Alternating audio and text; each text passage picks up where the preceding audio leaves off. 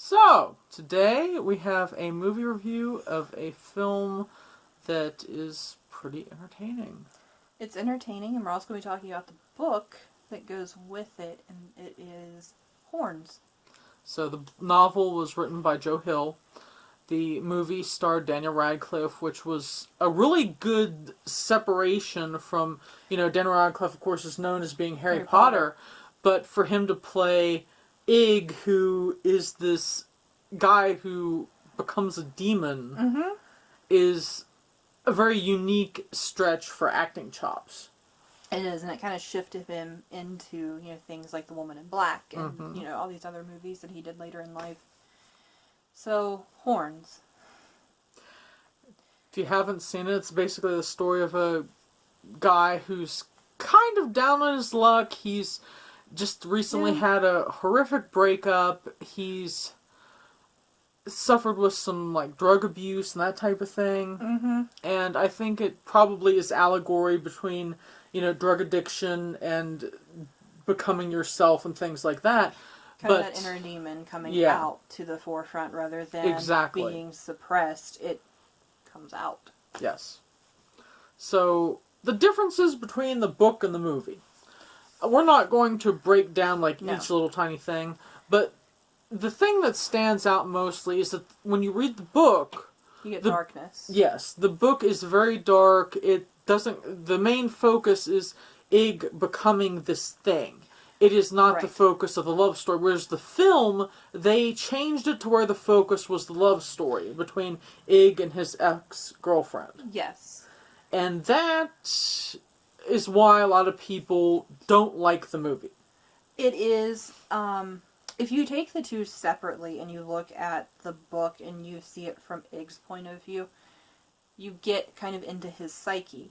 Whereas if you push that to the side and you look at it from maybe a different angle at the movie, his ex played a huge role in that psyche, and I think that their goal was to kind of bring that to the forefront.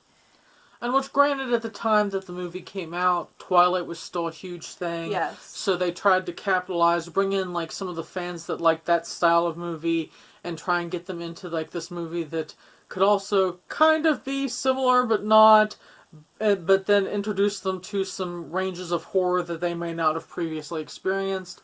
I understand why they did it, to try and bring in more people to watch the film. I don't think that so many films should have copied the Twilight style, though. No, and this one did. Yeah. It did, even down to some of the costuming. Where it deviated from it was it showed more of aspects of depression, more aspects of victim psychology, motivations, and then, kind of giving into the, you know what, I'm not going to fight this, per se. I'm going to give into it and transition. And that's one big difference between Horns and the Twilight films, is that Horns shows the full transition. It does. We're not going to describe the transition because that would be a major spoiler. Yeah. You want to see it? Watch the movie. Daniel Radcliffe does a very good job as Ig. He does. He's totally believable as this character. The film is well acted. There's decent soundtrack. So there's a lot of good things to say about it. Right. The basic only detriment is that it tried to turn a horror film into a Twilight movie. Yeah. Yeah, basically. And they didn't, to me, if you really follow along those lines, then they did not do justice to the books. Yeah. Or the book.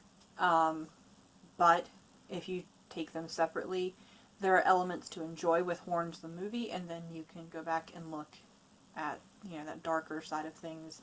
And we think that's one of the reasons why it's a good film to watch this time of year if you're somebody that's darkly inclined like us.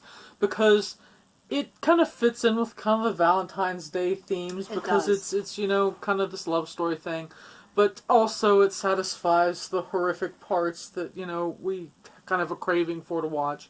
Because Tabby and I aren't really the type of people that sit down and watch, love story movies very often. And if, even at that, they're very specific ones. We're not like They're romantic specific. comedy people or anything like that. So for us, since horror is our main movie watching, to have a film that kind of balances that line between them is kind of nice. When I sit down and watch something like Horns, it's to kind of evoke an emotional response to it. And not just the, oh, that's cute, and yay. Yeah. No, that's not really real. No. So... Because even real love is not all happiness and puppy dogs. God, no. So, it's, maybe we're realists. Maybe that's it. Maybe that is it. But this one does step into the human psyche, and it steps into questions of how do you balance dark and light, and which one, are you inclined to go with? And also, how do you try and keep yourself from going too far to the dark to where your life is completely unmanageable? Yeah. Which, of course, Ig failed. Ig failed, and... horribly so! And to me, though, that's a realism, because some people do lose their battles. And it's a very sad thing, and I think that's why, the movie invokes that meaning.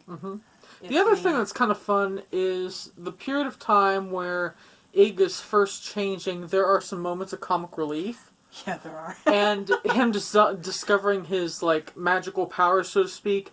So those things also create another addition to kind of a well-rounded experience of watching a film, because, it's not all dark. It's not all love story. Then there's these almost slapstick comedy moments. Yeah. That, give you a bit of the giggles for a minute. So, it's a fun film. So definitely check it out. Check out Horns. Check out the film. Check out the book. Let us know what you think of them, if you've read or seen them. Yes. And until next time.